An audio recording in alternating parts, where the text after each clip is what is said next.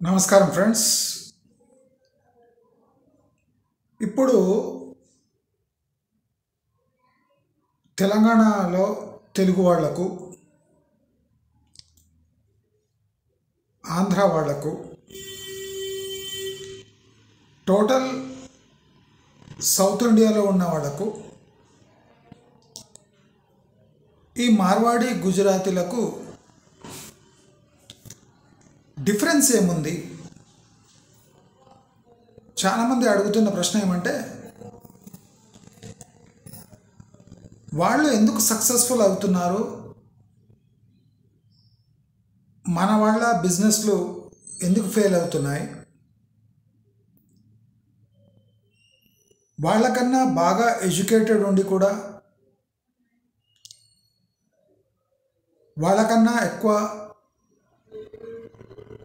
సైంటిఫిక్గా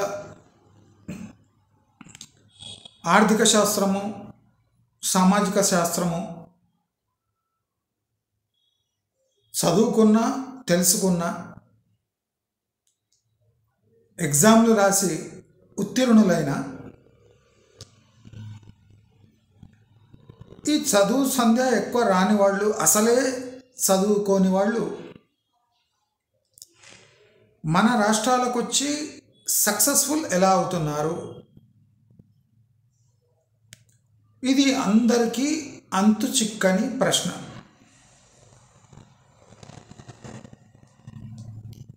అయితే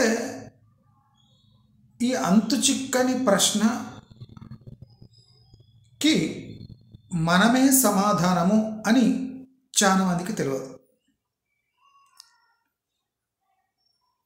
మన చదువుకు, మన అంతస్తుకు, మన స్థాయికి ఏమాత్రం పొంతన లేకుండా పోతుంది. అంటే చదువు మనను ఒక చవటలు మన రాష్ట్రానికి వచ్చి సాధిస్తున్న విజయాలను కూడా మనం సాధించలేకపోతున్నాం. గమనించండి, నాకు చాలా ఇంట్రెస్టింగ్, తెలంగాణ వాళ్లకు బోధపడేలా నేను ఇవాళ చెప్తున్నా. ఇది క్యాచ్ చేయగలిగితే మనకి కాంట్రవర్సీస్ ఉండవు. నేను చాలా ఏళ్ళు ఈ మార్వాడి, గుజరాతీ, సింధీలతో, ఈ నార్త్ ఇండియన్స్తో పనిచేసి నేను బాగా అబ్జర్వ్ చేశాను. వీళ్ళతో పనిచేసేటప్పుడు మనం ఎలా వ్యవహరించాలి, వీళ్ళ వీక్ పాయింట్స్ ఏమి, మన తెలివిని ప్రదర్శించకుండా, ఇప్పుడు ఈ గుజరాతీలు, మార్వాడీలు, సింధీలు మన బాస్ అయినప్పుడు వాళ్ళకన్నా తెలివి మనకు ఎక్కువ ఉంది అని చూపించకుండా, మన తెలివి చాప కింద నీరులా వాళ్ళ కింద ప్రవహించేటట్టు ఎలా చేయాలి అని నేను చాలా ఏళ్ళు వాళ్ళ కింద పనిచేశాను కనుక, వాళ్ళ కంపెనీలో పనిచేశాను కనుక నేర్పరితనంతో వ్యవహరించాలి. వీళ్ళను లొంగదీయాలి అంటే స్పెషల్ స్కిల్స్ కావాలి. నేను వీళ్ళతో వర్క్ చేసేటప్పుడు నా సోషల్ స్టేటస్ అంటే బ్రాహ్మణ్ అనే ఒక ట్యాగ్ బాగా పనిచేసింది. అంటే ఈ మార్వాడీలు, గుజరాతీలు వీళ్లకు బ్రాహ్మిన్స్ అంటే నమ్మకము, సానుభూతి రెండు ఉన్నాయి. మనం అందరికన్నా అంటే స్ట్రైట్గా మాట్లాడిన వాళ్ళు సునాయాసంగా వింటారు, సావధానంగా వింటారు. ఇది నేను గమనించాను. అది నా అడ్వాంటేజ్ అనుకోండి, జన్మరీత్యా వచ్చిన అడ్వాంటేజ్. చాకచక్యంగా మాట్లాడడము, సున్నితంగా మాట్లాడడము, ముక్కుసూటిగా మాట్లాడి తప్పించుకోవడము, ఇవన్నీ నేర్పరితనంలో భాగము. చాలామంది ఇక్కడనే ఫెయిల్ అవుతారు. ఇగో క్లాష్ వస్తుంది, వాళ్ళను కించపరిచి మాట్లాడతారు. నేను కొన్ని ఏండ్లుగా వీళ్ళ కింద పనిచేసి నేను బాగా అబ్జర్వ్ చేసిన వీళ్ళని. అంటే వీళ్ళ స్ట్రెంగ్స్ ఏమి, వీక్నెసెస్ ఏమి. ఎప్పుడు వీళ్ళు ధనపరంగా బాగా బలిష్ఠులు ఉంటారు. ఇప్పుడు నేను పనిచేసిన కంపెనీలన్నీ 100 కోట్ల టర్నోవరే. వాళ్లకు డైరెక్ట్ రిపోర్ట్ అంటే వాళ్ళ ఆస్తిలో ఆవగింజంత వాల్యూ కూడా, అంత వాల్యూ కూడా నా బ్యాంక్ అకౌంట్లో లేదు. అయినా వీళ్ళంతా మనం చెప్పింది ఎందుకు, ఎలా వినాలి అనేది ఒక టెక్నిక్. వాళ్ళ ఆస్తి, వాళ్ళ దగ్గర ఎంత డబ్బు ఉందో దాంట్లో ఆవగింజంతా కూడా మన బ్యాంక్ అకౌంట్లో లేదు. అయినా వాళ్ళు మన మాట వినాలి. అంటే ఆయన ఆస్తిని, ఆయన ఈగోని, ఆయన పొజిషన్ని పక్కన పెట్టి మన మాట వినాలి అంటే దానికి ఒక స్పెషల్ స్కిల్ కావాలి. నేను చాలా ఆలోచించేవాడిని రాత్రి పోయి. అసలు ఇలాంటి ధనవంతులను, కోట్ల ఆస్తులు, మర్సిడీస్ బెంజ్ కార్లు, పెద్ద ఆఫీసులు, ఏసీ గదులు, ఇలాంటి వాళ్ళు మన మాట వింటారా? వింటే ఈ మాట అంటే ఆ మాటకు వాళ్ళ రెస్పాన్స్ ఎట్లుంటుందని ఒక రాత్రి ముందే బ్లూ ప్రింట్ వేసుకుంటుంటారు. అంటే మెంటాలిటీస్ కొద్దీ వీళ్ళతో ఎలా వ్యవహరించాలి అంటే వాళ్ళకు అణిగి మణిగి ఉండడం కాదు, వ్యూహాత్మకంగా అణిగి మణిగి ఉన్నట్టు ఉండి మన మాట ఎలా సాధించుకోవాలి, అది చాలా ఇంపార్టెంట్. నేను అబ్జర్వ్ చేసింది ఏమంటే, అణిగి మణిగి ఉండి మన మాట చెల్లుబాటు అయితే వాళ్ళు వంగినట్టే.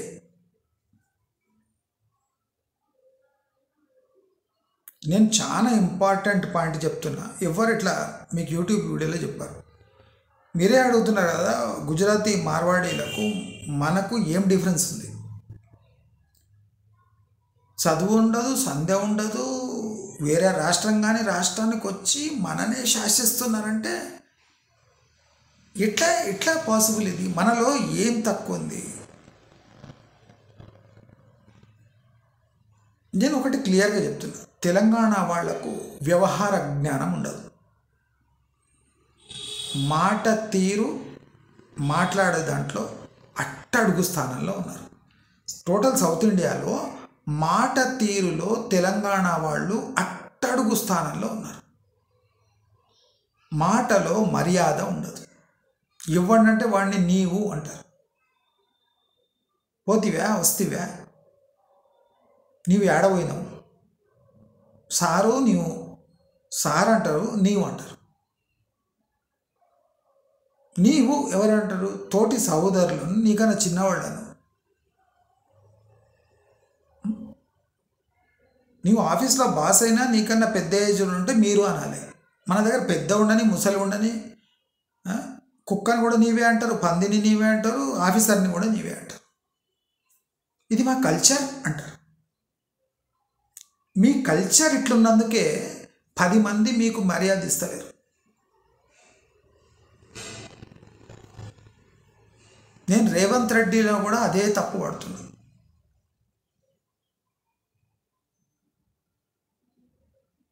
నీ భాష నిన్ను వెనుపోట పడుస్తుంది. నేను చూడనిక్కే పోతే ఆడబోయినా, ఏడికెళ్ళి వచ్చినా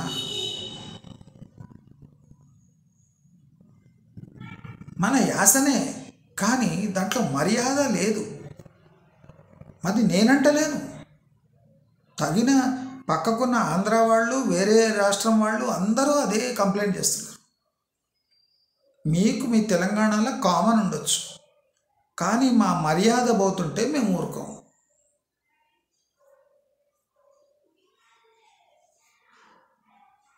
అది మేజర్ కంప్లైంట్ కదా. అయితే చాలామంది అసలు ఈ మార్వాడీలకు, గుజరాతీలకు మనకు ఎక్కడ డిఫరెన్స్ వస్తుంది అని చాలామంది నన్ను అడుగుతున్నారు. నేను చెప్పే మీకు అర్థమయ్యే రీతిలో సమాధానం అంటే, మనము డబ్బులుంటే పుంజు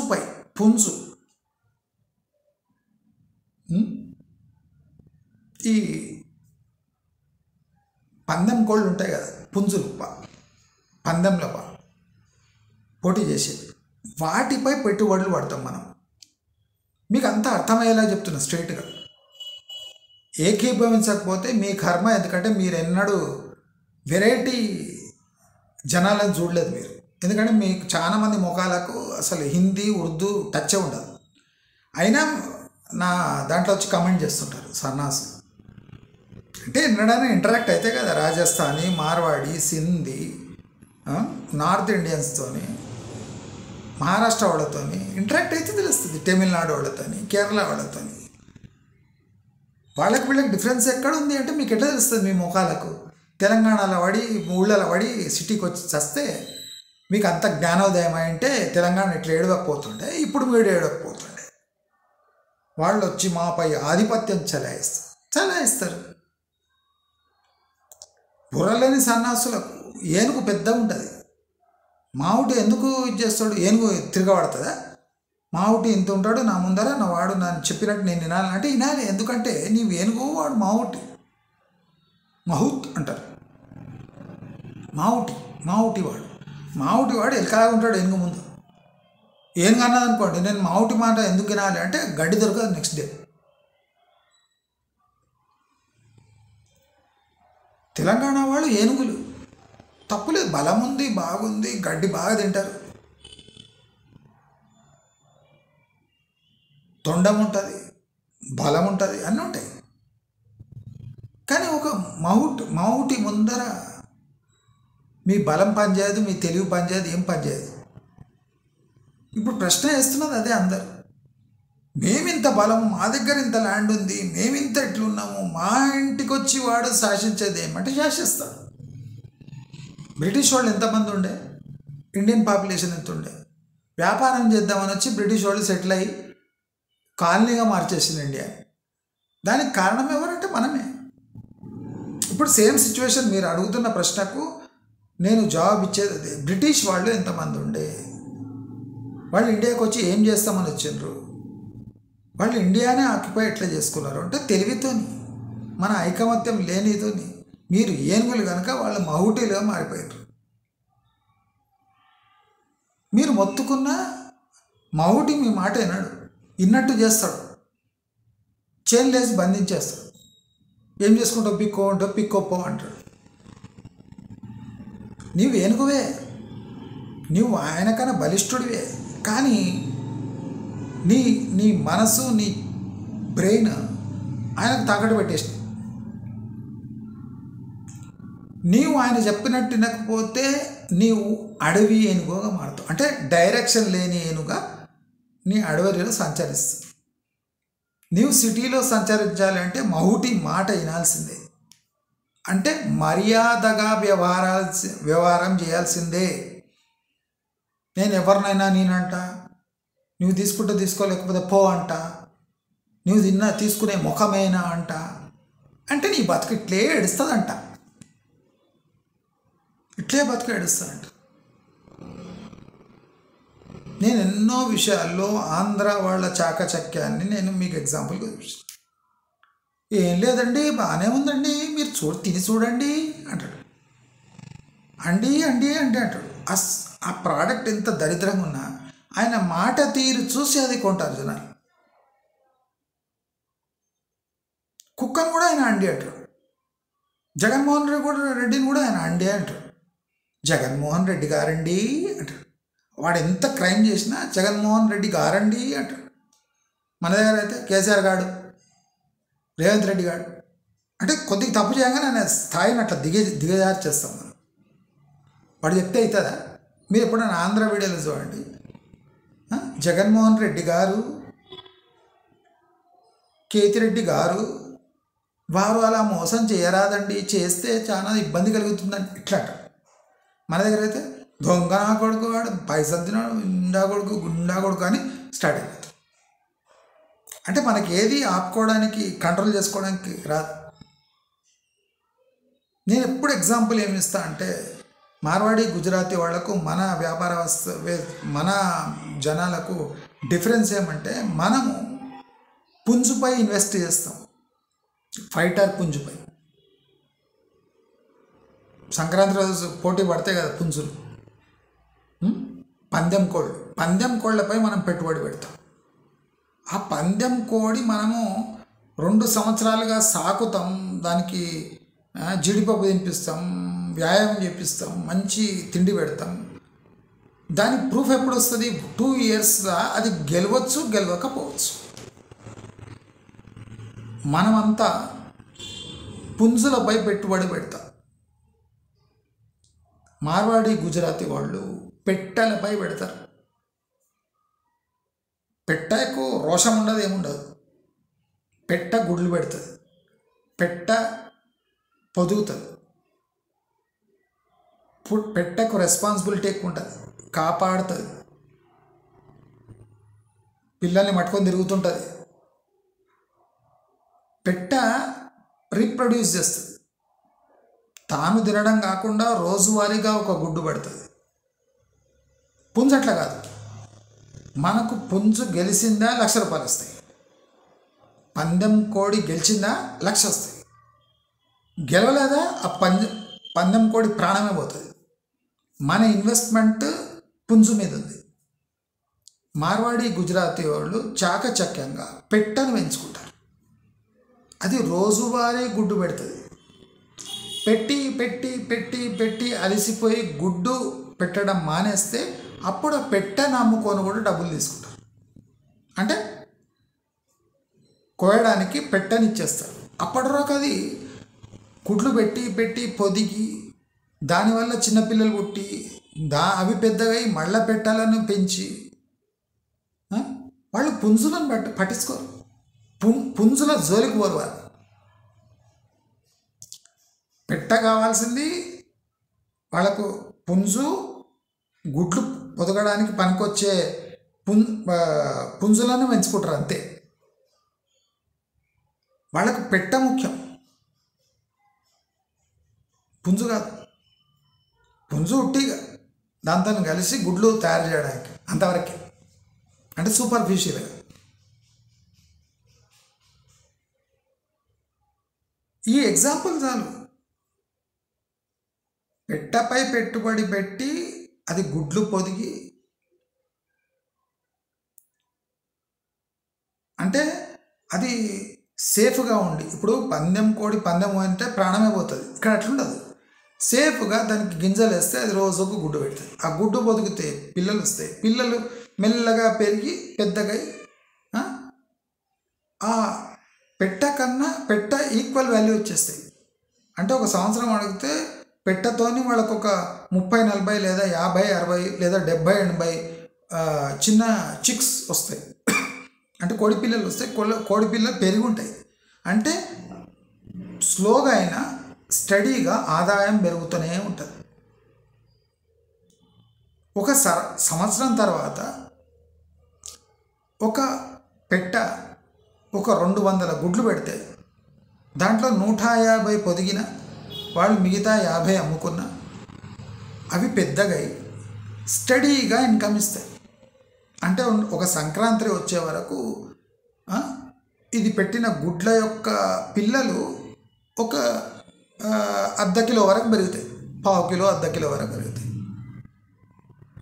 ఇవి 150 అమ్మినా బహుశా మనకు ₹1,00,000 రాకపోవచ్చు, 10,000 రాకపోవచ్చు, కానీ దానివల్ల సస్టైన్డ్ ప్రాఫిట్స్ వస్తుంది. సస్టైన్డ్ ప్రాఫిట్స్ కంటిన్యూస్గా ప్రాఫిట్స్ వస్తూనే ఉంటాయి. ప్రాఫిట్ సస్టైన్ అయితేనే ఉంటుంది, దాంట్లో హెచ్చు తగ్గులు ఎక్కువ ఉండవు, కానీ వస్తూనే ఉంటాయి. అదే మనం పుంజుపై పందెం కోడిపై పందెం పెడితే దాన్ని కాజు తినిపించి దాన్ని బలిష్టంగా తయారు చేస్తే అది గెలవనవచ్చు గెలవకపోనవచ్చు. మన దగ్గర ఉన్న పెద్ద ప్రాబ్లం నేను చెప్తేవాడు అందరు తెలంగాణ వాళ్ళు చాలా చెవులు ఓపెన్ పెట్టుకొని అన్నాడు. అనవసరంగా కమెంట్ పెడితే నాకు తెలుసు కదా ఎట్లున్నా, చాలా అగ్రెసివ్ క్యాండిడేట్ నేను. కులం, మతం, రీజను, లాంగ్వేజ్ మొత్తం ఎంటర్ అయిపోతాను నేను. జాగ్రత్త. నేను సోషల్ మీడియాలో పాత కిలాడిని నేను అంత ఈజీగా బోడాను కాను. అది మన సబ్స్క్రైబర్స్ అందరికీ తెలుసు నేను ఎట్లాంటి కిలాడినో. మరి మీ ఫ్యామిలీ వాళ్ళు బాధపడతారు నా కమెంట్స్ ఇది ఎందుకు అనవసరంగా. మీకు అంత తెలివి ఉంటే కామెంట్ పెట్టండి, లేకపోతే అంతే. అంతేగాని నేనేదో పెడతా నేనేమో చేస్తా అంటే మన దగ్గర చాలా టెక్నిక్స్ ఉన్నాయి దానికి. మళ్ళీ నేను చెప్పదలుచుకుంది ఏమంటే, మన వాళ్లకు డిఫరెన్స్ ఎక్కడ ఉందంటే, ఇంకో పాయింట్, డబ్బు వస్తే డబ్బును మేనేజ్ చేయటం మనకు చేతగాని పని. 10 ఎకరాలు వస్తే మా అమ్మితే 2 కోట్లు వచ్చినాయి అనుకోండి, ₹1 కోటి వచ్చినాయి, 2 కోట్లు వచ్చినాయి, 3 కోట్లు వచ్చినాయి. కానీ ఏం చేయాలి? ఆ ప్లానే ఉండదు మన దగ్గర. వస్తాయి, బ్యాంకులలో ఉంటాయి, దాన్ని ఏం చేయాలి తెలియదు. మళ్ళీ భూముల ప్లాట్లు కొంటారు, మళ్ళీ ఇండ్లు కడతారు, కిరాయికి ఇస్తారు.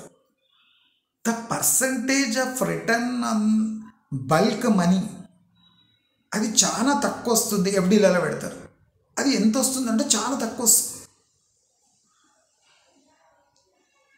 మీకు ఒక 3 కోట్లు మీకు ఇచ్చి మీకు 3 కోట్లు ఇచ్చి మార్వాడి గుజరాతీ వాడికి 50 లక్షలు ఇచ్చిన ఒక 5 సంవత్సరం తిరిగేటప్పటికి మీకన్నా 10 రెట్ల వాల్యూ ఉంటుంది ఆయన దగ్గర. మీ వాల్యూ తగ్గనవచ్చు పెరగనవచ్చు కొద్ది. అంటే బల్క్ మనీ వెళ్తున్న లిక్విడ్ క్యాష్ ఉన్న లిక్విడ్ క్యాష్ మేనేజ్మెంట్లో మనం అట్టర్ ఫ్లాప్ అవుతుంది.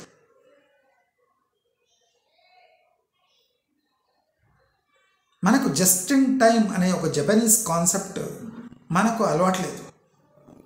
మనము కష్టపడకుండా పెట్టుబడి అని పేరు చెప్పి మనం ఎంత ఇంటెలిజెంట్ అంటే మనం ఎట్లా మోసం చేసుకుంటామంటే, ఇప్పుడు ప్లాట్లో పెట్టుబడి అట అది ఇప్పుడు మెచ్యూర్ కావాలి, ఆ కండిషన్స్ ఎప్పుడు ఇంప్రూవ్ కావాలి.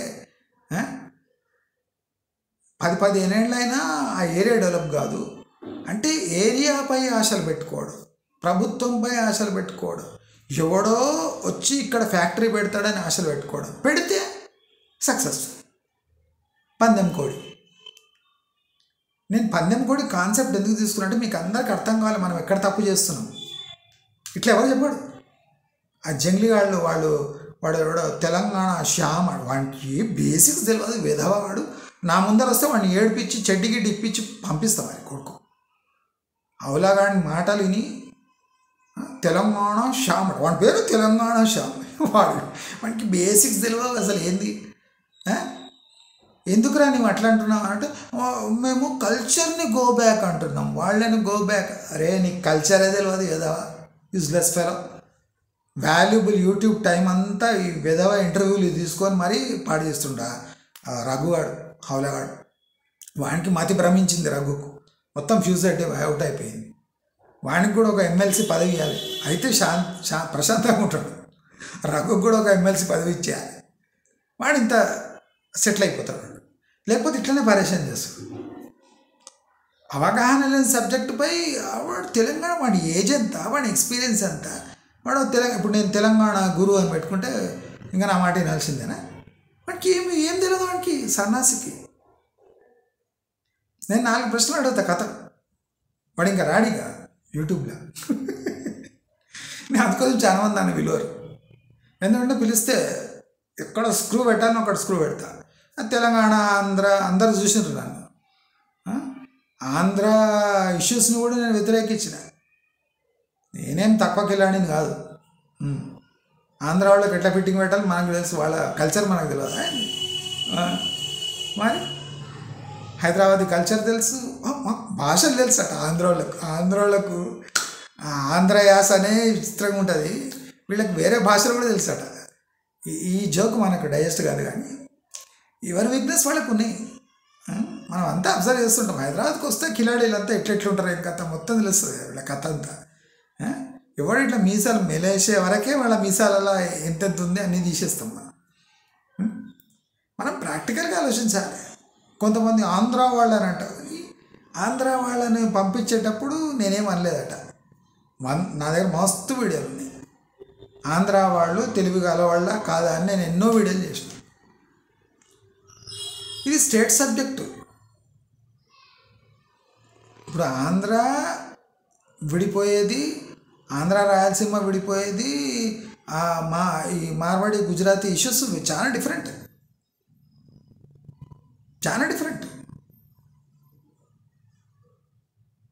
నక్కకు నాగలోకానికి ఉన్న డిఫరెన్స్ ఉంది. ఇది మిక్స్ చేస్తుంది. అంటే ఆంధ్ర వాళ్ళు తెలివి అంతంత మాత్రం ఉంది. మనం ఇప్పుడు వాళ్ళని కట్ చేసి పంపించేసినామంటే వాళ్ళ తెలివి ఎంత ఉందో మనం చూసినాం కదా ఉద్యమం అప్పుడు. వాళ్ళంతా అరటిపండు అన్నీ వేసుకొని మేము ప్రొటెస్ట్ చేస్తున్నట్టు కుక్కలు కేర్ చేయలేదు.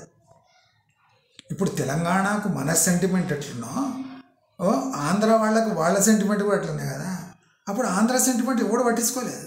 ఎందుకంటే వాళ్ళకు ప్రొటెస్ట్ చేసే మెథడ్ తెలియదు. ఆంధ్ర వాళ్ళంతా ఇట్లా మేసాలు మెలేసుకొని మనం తెలంగాణలో ఎట్లా నలిపేయచ్చు అనుకున్నారు. కానీ ఉద్యమం అనే ఒక ఇష్యూ వచ్చే వరకు వాళ్ళకు ఉద్యమాలు తెలియదు. అడ్జస్ట్ అయిపోయే రకాలు, అమ్ముడు పోయే రకాలు, డబ్బుల్ రకాలు. మన దగ్గర ఆకలి అవుతున్నా ఉద్యమాలు చేస్తాం, వాళ్ళ దగ్గర అట్లా కాదు. ఆకలి అయిందంటే లేదండి మనం పెసరట్టు ఉప్మా పెసరట్టు తింటే చాలిపోతుంది అని ఇడ్లీలు 4 తిని పడుకుంటాడు. ఆ టైప్ వాడు. కనుక వాళ్ళకు ఉద్యమాలు అనేవి వాళ్ళకి చేతగాని పని. ఇప్పుడు చూసినారా మీరు ఆంధ్రాలో ఉద్యమాలు ఏముండవు. ఓట్లు చేంజ్ బదలాయింపులు ఉంటాయి అంతే. వీనికి ఓటు వస్తాడు, ఆయనక వానికి ఓటు వస్తాడు తప్ప ఇక్కడ ఉద్యమాలు దాంతో. ఇప్పుడు చూడండి మనం ఉద్యమాలు ఎక్కువైపోయి ఇప్పుడు మార్వాడి గుజరాతీ భగావో కాదు భగావో అట. మన రఘు చెప్తుంటే నవ్వు వస్తుంది. భగావో ఏంద్రా యూజ్లెస్ ఫెలో. హిందీ రాదు, ఇన్ని ఏళ్ళు ఇక్కడనే చచ్చి నిజాం పరిపాలన చచ్చి ఎన్నిసార్లు చార్మినార్లో చచ్చింటారు. భగావో ఏంది గాడిది. భగావ్ పలకడం నేర్చుకోండి ఫస్ట్. భగావో కాదు భారతదేశము. భారతదేశం కాదు. తెలుగే సరిగా లేదు సన్నాసులకి. ఇక ఉర్దూ హిందీ ఏమొస్తుంది. హిందీ కాదురా హిందీ HINDA హిందీ. జంగ్లీగాళ్ళు ఎక్కడ చిన్న వర్డ్స్ ఉర్దూవి హిందీవి తెలుగు పలకడానికి రాదు. భారతదేశము, మనము భారతీయులము, భారత పౌరులము. నేను కన్నడిగా, మీకన్నా మంచి తెలుగు మాట్లాడతాను. భారతదేశము, భారత పౌరులు, భారత పౌరులు. బావి కాదు, బావి అంటే వెళ్ళి అక్కడ భావి అంటారు వాళ్ళు. బావి అంటే వెళ్ళి, భావి అంటే ఫ్యూచర్. తెలుగు కూడా నేర్పియాలి బడపలకు. కానీ తెలంగాణ వాదులం, మాతృభాష కూడా మాట్లాడారండి సన్నాసులు. నువ్వు కన్నడిగా కదా, నేను కన్నడిగానే సిగ్గుపడండి. మీకన్నా మంచి మాట్లాడుతున్నాను తెలుగు. నా తెలుగులో అట్లీస్ట్ ఒక 40% మాట్లాడి చెప్పాను. చేత కాదు, ఇప్పుడు చేత కాదు. మన తెలంగాణలో చేత కాదు, అక్కడ చేత కాదు. 2 యాసలు వస్తాయి. నేను చెప్పేది అదే. ఈ లాంగ్వేజ్ మీరు నేర్చుకుంటే తప్పులేదు. ఇప్పుడు నేనే లాంగ్వేజ్ని, నా కులాన్ని, నా మతాన్ని నేను విరివిగా యూజ్ చేసుకుంటా.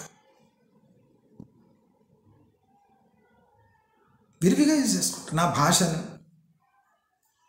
హిందీ, ఉర్దూ, కొద్దిగా తమిళ్, కన్నడ, ఆంధ్ర, తెలుగు, రాయలసీమ, మొత్తం నా బ్రాహ్మణిజాన్ని, మొత్తం నా హిందూయిజాన్ని మొత్తం యూజ్ చేస్తాను.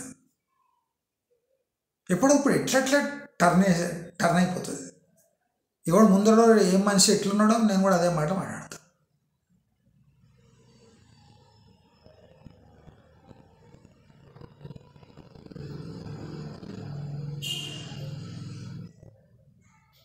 మనం చూస్తున్నాం ఎట్లా అంటే సమన్వయం ఉంటుంది కొద్దిగా. ఎంత క్లిష్టమైన పరిస్థితి వచ్చినా మన భాషను మనం ఎంత అంటే జాగ్రత్తగా వాడతామో దాని మీద మన సంస్కారం తెలిసిపోతుంది. ఒకసారి తెలంగాణ తిట్లు కంపల్సరీ అవుతుంది. ఎందుకంటే తెలంగాణ సిచ్యువేషన్లో తెలంగాణ తిట్లు తిట్టకపోతే వేరే వాళ్ళ బ్రెయిన్ వర్క్ కాదు. ఏంటండి అంటే నడవదు ఇక్కడ, ఏం బే అంటే నడుస్తుంది. సిచ్యువేషన్ బట్టి మాట్లాడాలి. ఎదుటి మనిషి మర్యాదగా మాట్లాడుతుంటే మనం మంచి మర్యాద ఇవ్వాలి. ఇంకా కొట్లాడుతుంటే కూడా మర్యాదగా కొట్లాడాలి. ఆ విచక్షణ జ్ఞానం లేదు కనుకనే మనం ఇవాళ సఫర్ అవుతున్నాం. బిజినెస్ సక్సెస్ అంటే నీకు బిజినెస్ స్కిల్స్ ఉండాలని కాదు, నీ మాటకారితనం, నీ నేర్పరితనం, నీ వ్యవహార జ్ఞానం, ఇవి చాలా ఇంపార్టెంట్. మనం అనుకుంటాం డబ్బులు ఒకటే కాదు, వ్యవహార జ్ఞానం. ఎవరితో మాట్లాడుతున్నావు, నీ అవసరం ఏముంది ఆయనతో.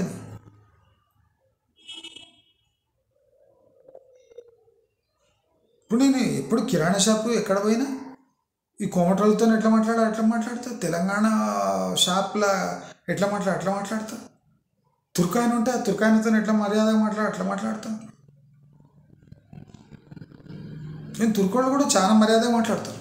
నాకు నా అనుభవం ఏమంటే తెలంగాణ తుర్కోళ్ళు చాలా మర్యాదగా మాట్లాడతారు. ఆ పని మాట్లాడతాడు వాడు. తుమ్ అన్నాడు వాడు, తుమ్ క్యా కర్రే అన్నాడు వాడు, ఆప్ క్యా కర్రే అంటాడు, మీరు అంటాడు వాడు ఆంధ్రలో.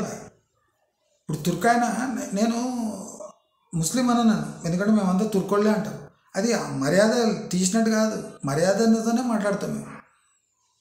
మన హైదరాబాద్లో తుర్కోళ్ళు చాలా మర్యాదగా మాట్లాడతారు. తెలంగాణలో కూడా 100 రెట్లు బెటర్ వాళ్ళు. అరటిపండు అమ్మేటోడు కూడా జీ కిత్నావనా అంటాడు, కైసా ఖరీదరు సాబ్ అంటాడు, నయోతా సాబ్ అంటాడు. నయోతా సార్ అన్నట్టే సాబ్ అంటే. మళ్ళీ తెలంగాణ తిన్నావా అన్నాడా, అరటిపండ్లు కొన్నావా కమైనా, ఓ అబ్బో నేను కొన్నదే 30 రూపాయలకు, 40 రూపాయలు నీవు వేయకపోతే 10 రూపాయలు నేనేం తింటా. ఇవన్నీ డ్రామాలు చేస్తారు మన తెలంగాణ. అందుకోసం వ్యాపారాలు కావు. వచ్చిన కస్టమర్ని తిన్న ముఖమేనా, అరటిపండ్లు నాడు తిన్నామా, పిరమైనాయి నాకేమొస్తుంది, ఈ డిస్కషన్ అవుతుంది. ఒక కస్టమర్కి డిస్కౌంట్ ఇస్తే ఇంకోటి కస్టమర్ ప్రీమియం పే చేసి తీసుకోపోతాడు. ఆ వ్యవహార శైలి మీకు తెలిసి ఉండాలి. నయోతా సాబ్ అప్నేకు నయారా సాబ్ క్యా కర్నా అంటాడు. ఈ తుర్కాయన అరటిపండ్లు అమ్మేటాడు కూడా మనకి అయితలేదు సార్, ఏం చేయాలి సార్, మీకు తెలుసు కదా ఎట్లుంది బయట ఏం దొరకలేదు సార్ మాకు అంటాడు. మనకే అనిపిస్తుంది ఎందుకు బేరం చేయాలి, ఇచ్చేయాలి, మంచిదే కరెక్ట్ రేటే చెప్తుండేమో పాపమ్మ. అదే మన తెలంగాణ చెప్తే తినవా అరటిపండ్లు ఎంత పిరమైనా తెలుసా, నేను చెప్తున్నా ఎట్లా మాట్లాడతారు మన గలీజ్గాళ్ళు జంగ్లీగాళ్ళు అంటే. అరటిపండ్లు ముఖాలు చూసినావా ఎట్లున్నాయి, మా అరటిపండ్లు నీవు చూసి మాట్లాడు, నువ్వు అరటిపండ్లు ఎట్లున్నాయి క్వాలిటీ చూసినావా. వాడు అమ్ముతాడు, వాడు తుర్కోడు, వాడు అన్ని గలీజ్ నా కొడుకులు అలా అట్లే అమ్ముతారు. మనకు పడదు భయ్, తీసుకుంటే తీసుకో లేకపోతే లేదు. అగ్గకొచ్చినాయి భలే మాట్లాడతాడు. అబ్బా అందరు నీలాంటి వాళ్ళు దొరికితే ఇక నా బిజినెస్ అయినట్టే. మన బిజినెస్ ఎట్లయితే ఇట్లా మాట్లాడితే సన్నాసులారా మీరు ఫెయిల్ అవుతుందంటే కారణం మీ వ్యవహార జ్ఞానం లేక. నేను ముక్కుసూటిగా మీకు బంపర్ టెక్నిక్ చెప్తున్నా, మీ వ్యవహార శైలితోనే మీరు సక్సెస్ఫుల్ ఫెయిల్యూర్ అవుతారు బిజినెస్లో. అంతేగాని పెట్టుబడులు అవన్నీ అది పెద్ద రాకెట్ సైన్స్, అది పెద్ద డిక్షనరీ రాయొచ్చు దాన్ని. వ్యవహార జ్ఞానం ఫస్ట్ ఇంపార్టెంట్. ఫస్ట్ బిజినెస్లో అంటే వ్యవహార శైలి, వ్యవహార జ్ఞానం. తర్వాత ప్రాఫిట్స్, లాస్, ప్రోడక్ట్, దాన్ని సెల్ చేయడం. నేను బాగా మాట్లాడుతుంటా, మందితో కొట్లాడుతూ కూడా నేను, కనుక నేను మంచిగా ఇమిటేట్ చేసి చూపిస్తున్నాను జంగ్లీగాడిని ఎట్లా మాట్లాడతారు.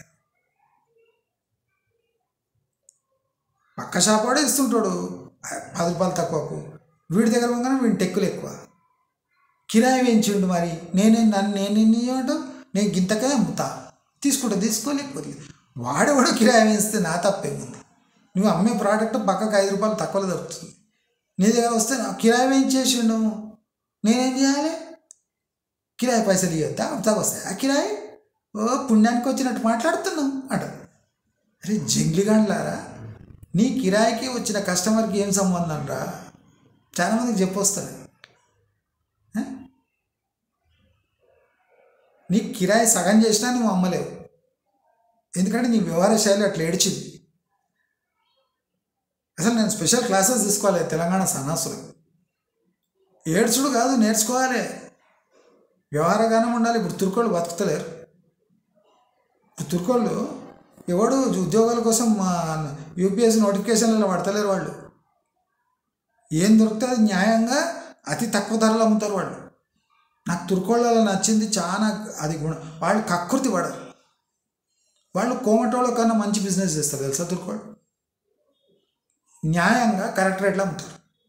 కొద్దిగా ప్రోడక్ట్ క్వాలిటీ అక్కడ తేడా ఉంటుంది, కానీ వాళ్ళు న్యాయంగా తక్కువ మార్జిన్స్తో మన హైదరాబాద్లో అమ్మాయి ఈ నంబర్ 1 అంటే తుర్కోళ్ళే. నేను అసలు గర్వపడుతున్నా కూడా. నేను తుర్కోళ్ళు అన్నా వాళ్ళని చూసి గర్వపడతా. మీరు కంప్యూటర్స్ చూడండి, ఎక్కడ రిపేర్స్ చూడండి, ఏం చూడండి, వాళ్ళు నంబర్ 1 పని చేస్తారు, తక్కువ తీసుకుంటారు. అది ఎందుకు చేస్తారు అట్లా మనకు తెలియదు, కానీ వాళ్ళ అవసరాన్ని బట్టి వాళ్ళు టెస్ట్ చేయరు. 2 డజన్లు తీసుకుంటే 2-3 ఎక్స్ట్రా చేస్తారు. ले जाओ साहब, अपने का पूरा ख़राब हो जाते, अपने पास क्या रखने क्या करने का अपने को अंటాడు. మనమే పరిచయం అవుతాం. వాడేంద్ర 2 డజన్లు అడిగితే ఇంకో 4-5 వేసేసిండు. మనోళ్ళైతే ఉత్తమస్తాయా, 5 రూపాయలు కోటి, నీకు కావాల్సి 5 రూపాయలు కోటి ఎక్స్ట్రా ఇస్తా, నా దగ్గర 4 మిగిలిపోయినాయి 20 రూపాయలు అంటాడు మనం. వాడేమో ఏం లేదు వేసేస్తాడు. లేజా సాబ్ క్యా కడితే బచ్చే ఖాలేతే అంటాడు. వానికే గతి ఉండదు, కానీ వాడు తుర్కోడు ఏమంటాడు, బచ్చే ఖాలేతే అంటాడు. అంటే మీ పిల్లలు తినేస్తారు సార్, ఉండండి, మన దగ్గర అంతా వేస్ట్ అయిపోతుంది, ఖాలేతే బచ్చే ఖాలేతే. వాడు మనోడు కన్నా గరీబోడు ఉంటాడు, కానీ వాడిని వ్యవహార శైలి చూడండి. మళ్ళీ కనిపిస్తే మన దగ్గర తీసుకుంటాను నేను.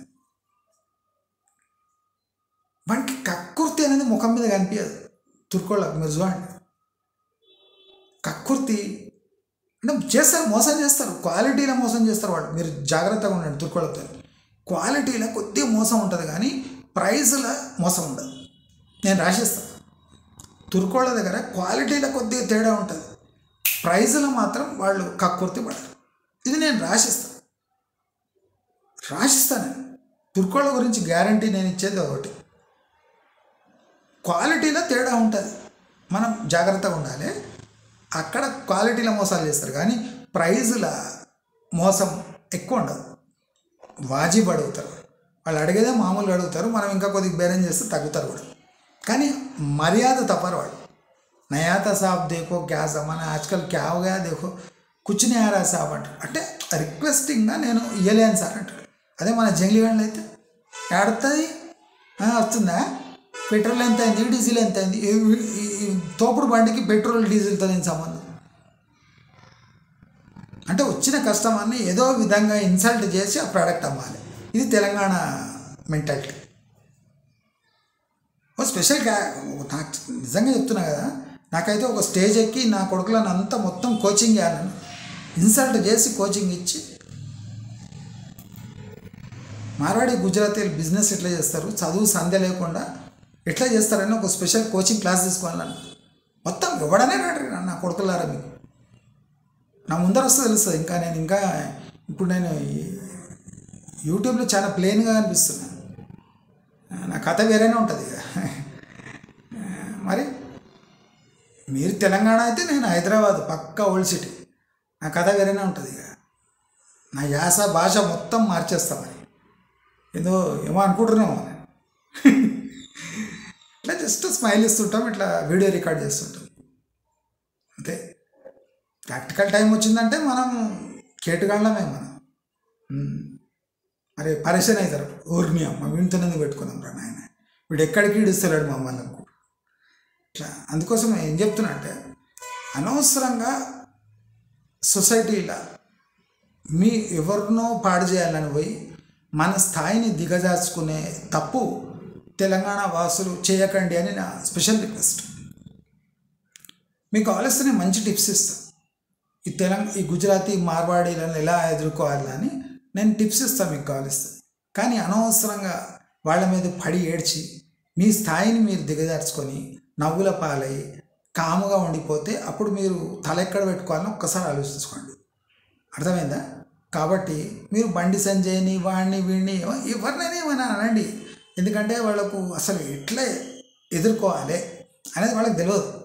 వాళ్ళు బీజేపీలో టాప్ లీడర్స్ అయినా ఒకనికి హిందీ రాదు, ఒకనికి ఉర్దూ తెలియదు, వానికి తెలుగే రాదు. ఏం ఎదుర్కొంటారు? మీ మాటకు బదులు ఇవ్వాలన్నా దానికో పట్టు ఉండాలి. సబ్జెక్ట్ మీద పట్టు లేదు. గుజరాతీ మార్వాడీలని ఎందుకు మనం అవమానించొద్దు అనే ఒక లాజికల్ పాయింట్ వాళ్ళకి మాట్లాడడానికి వస్తలేదు. మనం బండి సంజయ్ చూస్తాం, హిందుత్వాన్ని కాపాడతాడు. గుజరాతీ మార్వాడీలు చేసిన తప్పేంది? ఫస్ట్ నువ్వు దాన్ని సమర్థించు. హిందుత్వాన్ని కాపాడలేరా, మోసాలు చేస్తారా, పక్కన పెట్టు. నీ పాయింట్కి వచ్చి గట్టిగా వాదించే దమ్ము ఉన్న పాయింట్లు పెడితే మన సమాజం కూడా తల ఉంచుతుంది. అంతేగాని వాడు హిందుత్వాన్ని వాడతారు. చాలా మంది ఉన్నారు మన తెలంగాణలో కూడా హిందుత్వాన్ని కాపాడేటోడు. ఇక్కడ ఏం జరుగుతుందంటే ఆధిపత్యము, అది ఇష్యూ. దాన్ని ఎట్లా ఎదుర్కోవాలి, అది మెయిన్ పాయింట్. దయచేసి అందరూ, నేను మళ్ళీ చెప్తున్నాను, మళ్ళీ రిక్వెస్ట్ చేసుకుంటున్నాను, మీకు సబ్జెక్ట్ అర్థం కాకపోతే డౌట్స్ అడగండి. అంతేగాని సబ్జెక్టు మీద పట్టు లేకుండా దాడికి పోయినంటే శస్త్రం లేకుండా మీరు యుద్ధానికి పోయినట్టే. శస్త్రం లేకుండా యుద్ధానికి పోతే దాని రిజల్ట్ ఏముంటుంది? అందరికీ తెలుసు కనుక అందరూ జాగ్రత్తగా వ్యవహరించాలి. తెలుసుకోకపోతే తెలుసుకోవాలి. మనం విజయం సాధించాలంటే ఎదుటి వ్యక్తి యొక్క వీక్నెస్ని పసిగట్టాలి. ఆ స్కిల్స్ మన దగ్గర ఉండాలి అని తెలియజేసుకుంటూ నమస్కారం.